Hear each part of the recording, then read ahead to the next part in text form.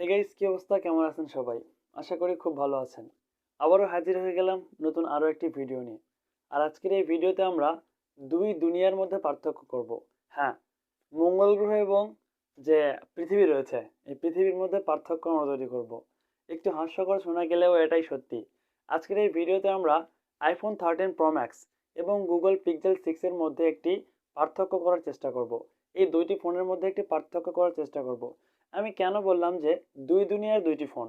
হ্যাঁ, দুই দুনিয়ার দুইটি ফোন বলার একটি কারণ হচ্ছে, একটি হচ্ছে অ্যান্ড্রয়েডের ফোন, একটি হচ্ছে আইওএস এর ফোন। তাই একটু মজা করে বললাম যে দুই দুনিয়ার দুইটি ফোন। তো আপনারা যারা টেক লাভার রয়েছেন তারা অবশ্যই আমাদের এই চ্যানেলটি সাবস্ক্রাইব করে আমাদের পাশেই থাকবেন। তো আর দেরি না করে চলুন আজকের এই ভিডিওতে আমরা কম্পারিজন করে ফেলি আইফোন 13 প্রো ম্যাক্স এবং গুগল পিক্সেল 6 এর মধ্যে। যে পার্থক্যটি রয়েছে এটি খুঁজে বের করার চেষ্টা করি। কোন ফোনটি আমাদের জন্য বেস্ট, এই বিষয়টি আজকে আমরা এই ভিডিওটির মাধ্যমে তুলে ধরার চেষ্টা করব। তো বেশি কথা না বেরিয়ে চলুন মেন ভিডিওতে চলে যাওয়া যাক।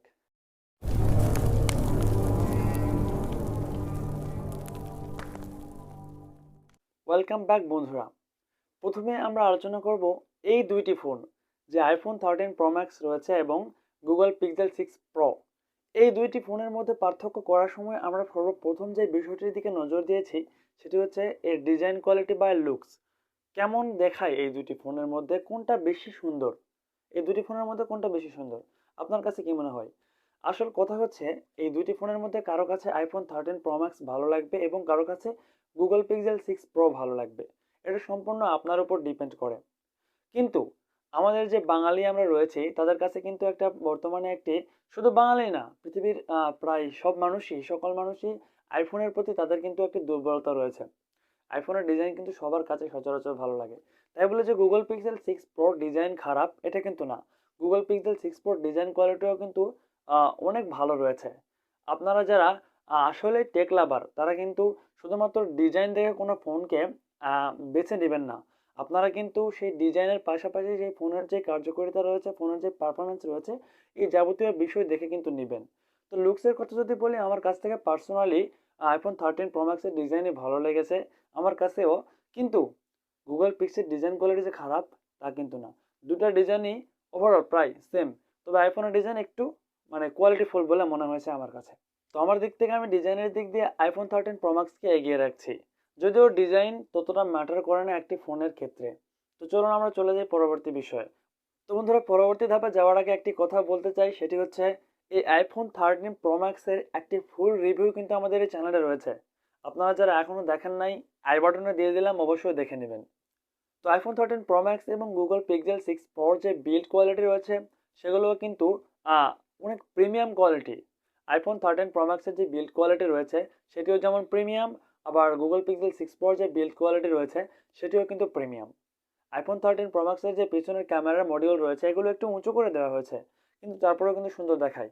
আর গুগল পিক্সেল 6 প্রোর যেই বিল্ড কোয়ালিটি রয়েছে এখানে কিন্তু পিছনে কিন্তু গ্লাস ফন্ট ইউজ করা হয়েছে, যা আপনি হাতে নিলেই বুঝতে পারবেন, অনেক সুন্দর একটি ফিল দিবে আপনার হাতে।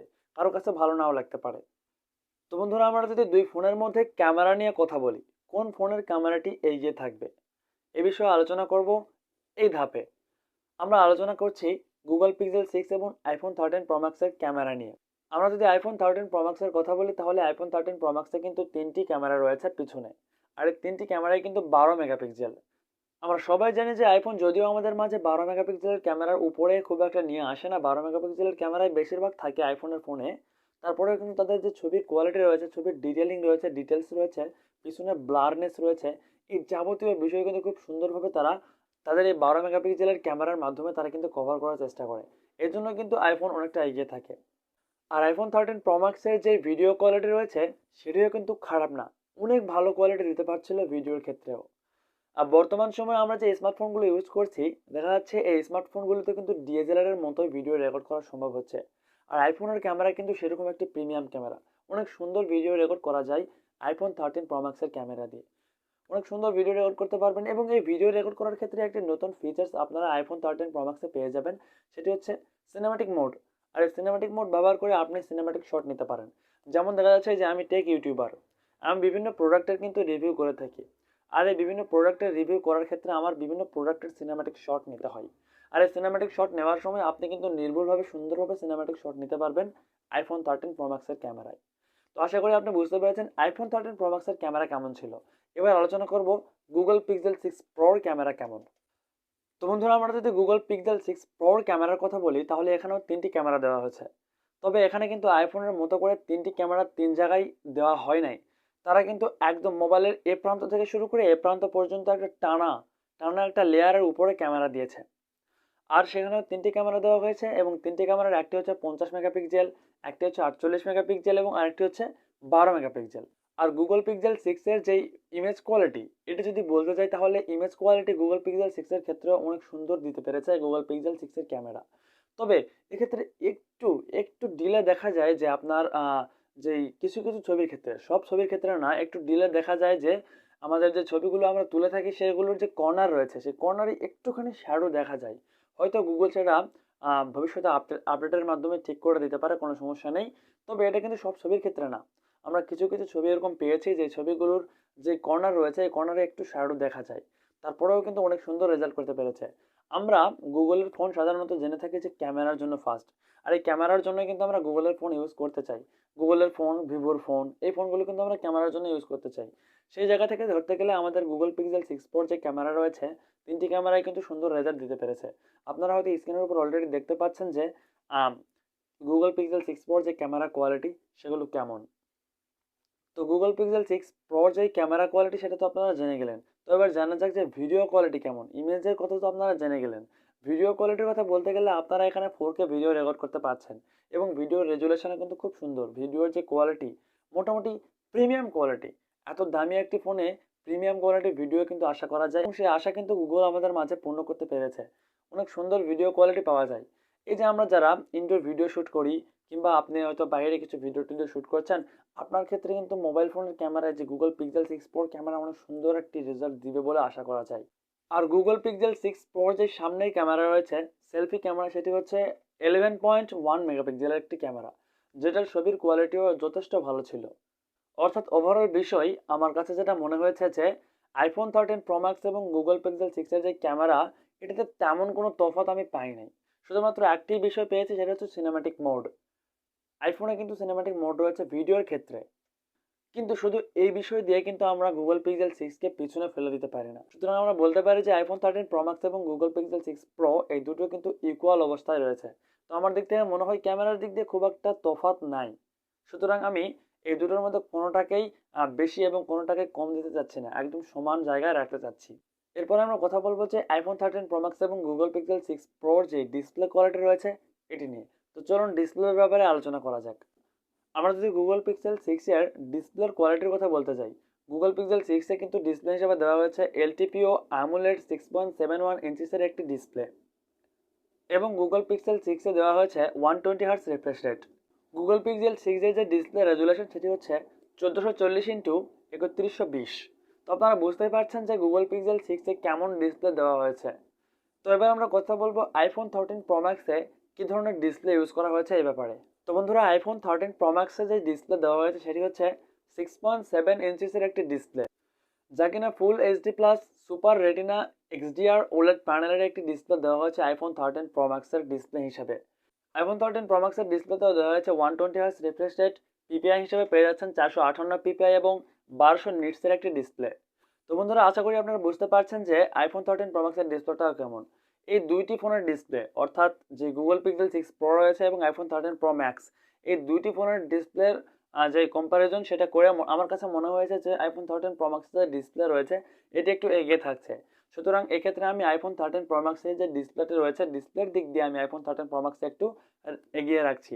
তো বন্ধুরা, আমরা যদি এই দুইটি ফোনের সিকিউরিটির কথা বলতে যাই অর্থাৎ লকের কথা বলতে চাই, তাহলে আইফোন 13 প্রো ম্যাক্সে কিন্তু শুধুমাত্র যে ফেস লক সিস্টেমটা রয়েছে শুধুমাত্র সেই ফেস লক সিস্টেমটাই কিন্তু দেওয়া হয়েছে। অন্যদিকে আমরা যদি গুগল পিক্সেল 6 এর কথা বলতে চাই, তাহলে গুগল পিক্সেল 6 প্রোতে আমরা দেখতে পাচ্ছি যে ডিসপ্লের নিচে ফিঙ্গার লকার দেওয়া হয়েছে, আপনি ফিঙ্গার দিয়েও খুলতে পাচ্ছেন। তো বন্ধুরা, আপনারা বুঝতে পারছেন অবশ্যই আমি কোনটাকে এগিয়ে রাখবো।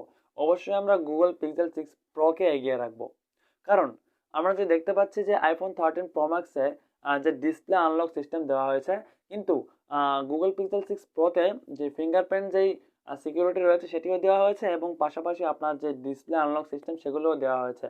সুতরাং ওভারঅল বিষয় যদি আমরা কম্প্যারিজন করতে যাই তাহলে কিন্তু আমাদের কাছে এই যে গুগল পিক্সেল 6 প্রো এটা কিন্তু এগিয়ে থাকছে। তো বন্ধুরা এই যে গুগল পিক্সেল 6 প্রো এটি কিন্তু আম, যে সিকিউরিটির দিক দিয়ে এদিক দিয়ে কিন্তু এগিয়ে রয়েছে। কিন্তু আমরা যদি এই যে এই সিকিউরিটি না আরো বড় সিকিউরিটির কথা বলতে যাই তাহলে আমাদের যে হ্যাকিং এর যে ইস্যুগুলো রয়েছে এগুলোর দিক দিয়ে কিন্তু iPhone 13 Pro Max এগিয়ে থাকবে। কারণ iPhone 13 Pro Max এর সিকিউরিটি কিন্তু অনেক ভালো আমরা জানি সবাই।